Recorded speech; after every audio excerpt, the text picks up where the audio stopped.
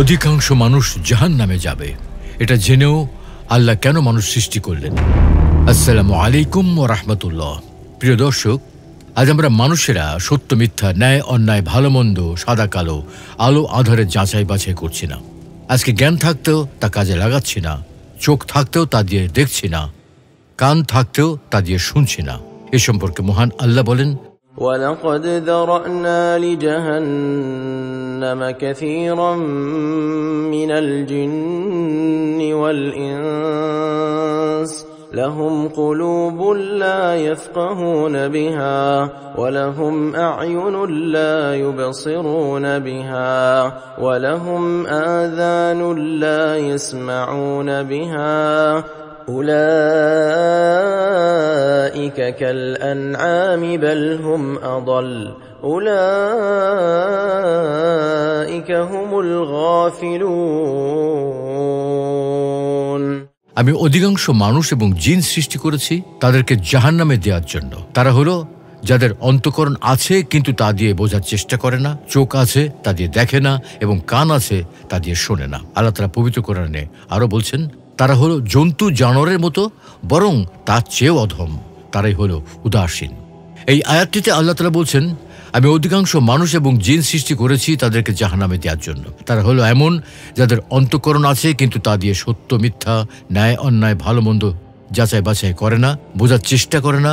চোখ আছে তা দিয়ে সত্য মিথ্যা, ন্যায় অন্যায়, ভালো মন্দ দেখে না, এবং কান আছে তা দিয়ে সত্য মিথ্যা, ন্যায় অন্যায়, ভালো মন্দ শোনে না। তারা হলো জানোয়ারের মতো। কোন জানোয়ারের মতো জানেন?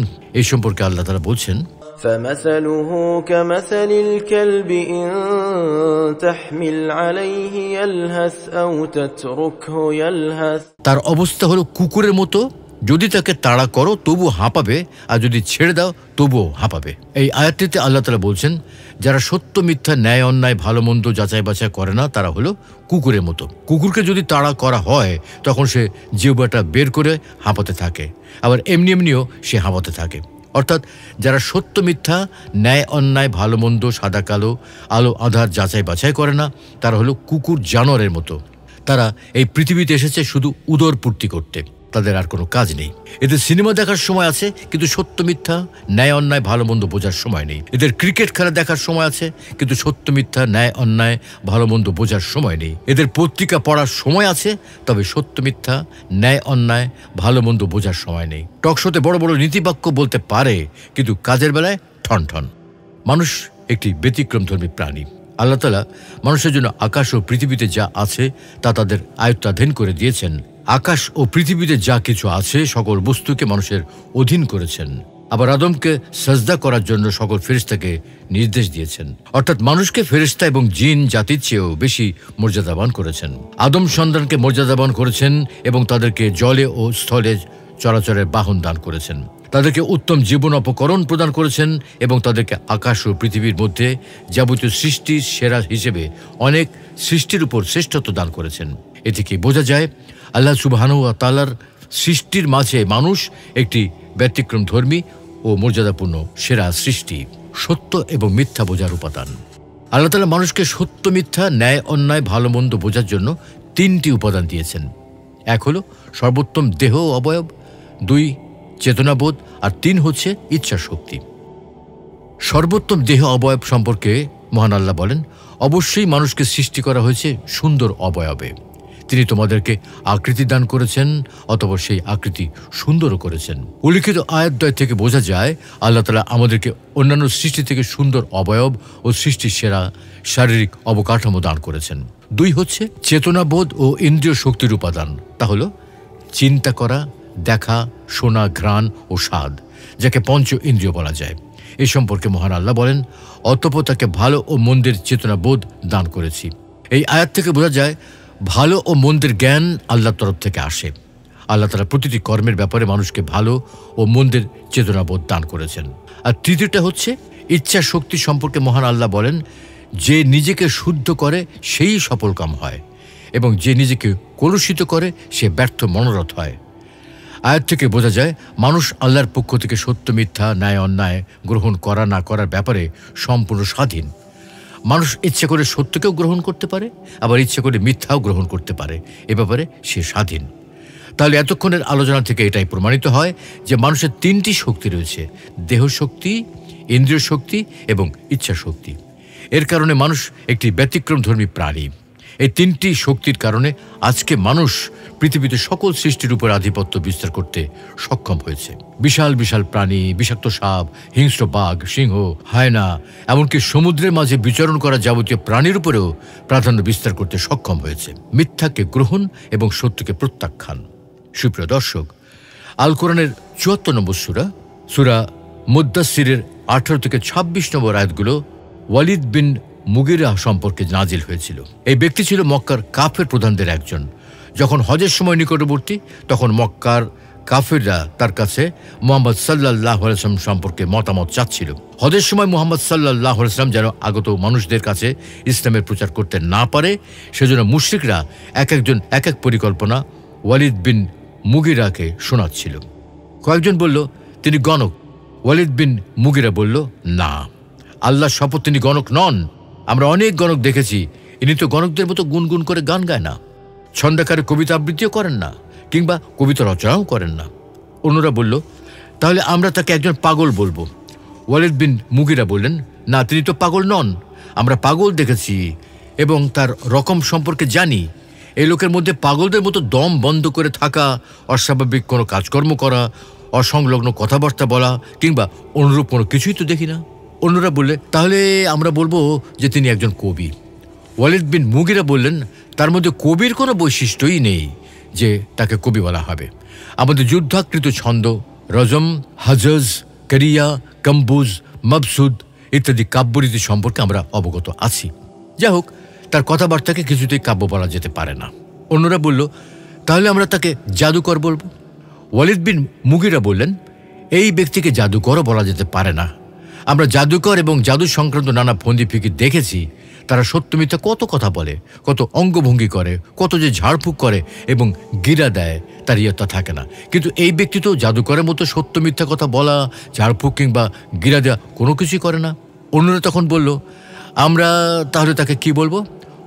ওয়ালিদ বিন মুগিরা বলল, আল্লাহর শপথ, তার কথাবার্তা বড়ই মিষ্টিমধুর, তার শিকড় বড়ই শক্ত এবং শাখা প্রশাখা বড়ই মনোমুগ্ধকর। তোমরা তার সম্পর্কে যাই বলো না কেন, যারা তার সংস্পর্শে কিছুক্ষণ থাকবে তারা তোমাদের কথাবার্তাকে অবশ্যই মিথ্যা মনে করবেন। তারপর কিছুক্ষণ ভেবে নিয়ে পুনরায় সে বলল, তার সম্পর্কে যদি কিছু বলতেই হয় তাহলে বড়জোর জাদুকর বলতে পারো। তার জন্য এটা কিছুটা উপযোগী বলে মনে হতে পারে। তিনি এমন সব কথা উত্থাপন করেছেন যা জাদু বলেই মনে হয়। তিনি পিতা পুত্রের মধ্যে, স্বামী স্ত্রীর মধ্যে, ভাই ভাইদের মধ্যে, গোত্রে গোত্রে, আত্মীয় স্বজনদের মধ্যে বিভেদ সৃষ্টি করে দিয়েছেন। শেষ পর্যন্ত তারা রসুল সাল্লাল্লাহু আলাইহি ওয়াসাল্লামকে জাদুকর বলার সিদ্ধান্তে একমত হয়ে সভা শেষ করল। এই ঘটনা থেকে বোঝা যায় ওয়ালিদ বিন মুগিরা সত্য বুঝেও তা প্রত্যাখ্যান করেছে এবং সত্যকে ধ্বংস করতে চেয়েছে। তাই মহান আল্লাহ তাকে জাহান্নামী ঘোষণা করেছেন। তাই কোনো ব্যক্তি যদি সত্য বোঝার পরেও তা মেনে না নেয় এবং সেই সত্যকে মিথ্যা প্রমাণ করার চেষ্টা করে, তাহলে সেই ব্যক্তি ওয়ালিদ বিন মুগিরার মতো কাজ করার কারণে জাহান্নামী হবে। অর্থাৎ আল্লাহ জানা থাকার কারণে সে জাহান্নামী হবে না, বরং দেহ শক্তি, ইন্দ্রিয় শক্তি এবং ইচ্ছা শক্তি থাকা সত্ত্বেও মিথ্যা গ্রহণ করা এবং সত্য প্রত্যাখ্যান করার কারণে জাহান্নামী হবে। একটা উদাহরণ দেওয়া যাক। একজন বিশ্ববিদ্যালয়ের শিক্ষক জানেন তার অধিকাংশ স্টুডেন্ট পরীক্ষায় ফেল করবে। তারপরও তিনি পরীক্ষা নিলেন, স্টুডেন্টরা যেন রেজাল্টের পর কোনো কথা বলতে না পারে। তখন কেউ যেন বলতে না পারে, স্যার আপনি যদি আমাদের পরীক্ষা নিতেন তাহলে আমরা ঠিকই পাশ করতাম বা ভালো করতাম। আল্লাহ সুবহানাহু ওয়া তাআলার ব্যাপারে আমাদের ধারণা ঠিক এমনই।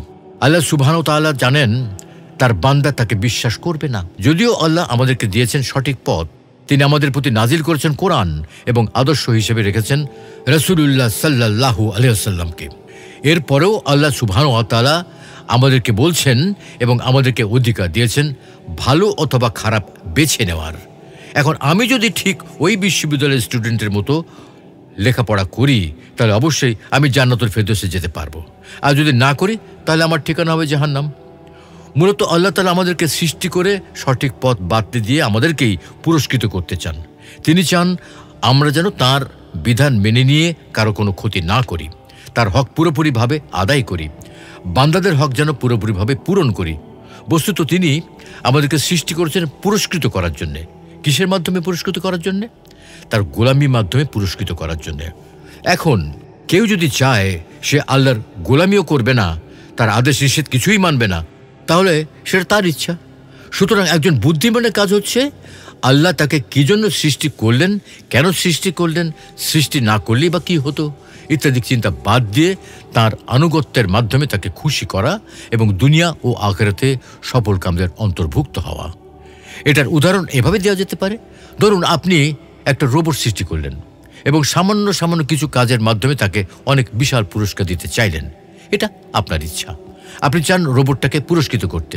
ঠিক আমরাও তেমন অনুমান করতে পারি আল্লাহ আমাদেরকে পুরস্কৃত করতে চান জান্নাতের মাধ্যমে। পবিত্র কোরআনে আল্লাহ বলছেন, وسارعوا إلى مغفرة من ربكم وجنة عرضها السماوات والأرض أعدت للمتقين। তোমরা তোমাদের পালনকর্তার ক্ষমা এবং জান্নাতের দিকে ছুটে যাও, যার সীমানা হচ্ছে আসমান ও জমিন, যা তৈরি করা হয়েছে মুত্তাকিদের জন্য। আল্লাহ রাব্বুল আলামিন আমাদের সকলকে তাকওয়ার পরীক্ষায় উত্তীর্ণ হওয়ার তৌফিক দান করুন। পরীক্ষায় উত্তীর্ণ হওয়ার মাধ্যমে আসমান ও জমিন জুড়ে বিস্তৃত জান্নাত লাভের তৌফিক দান করুন। আমিন।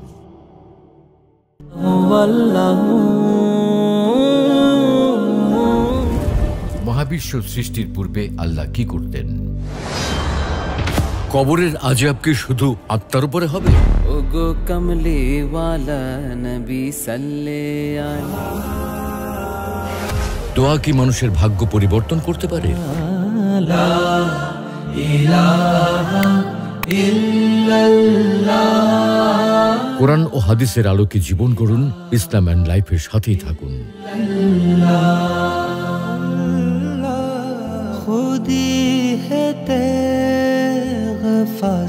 ইসলাম and life, ultimate path of light.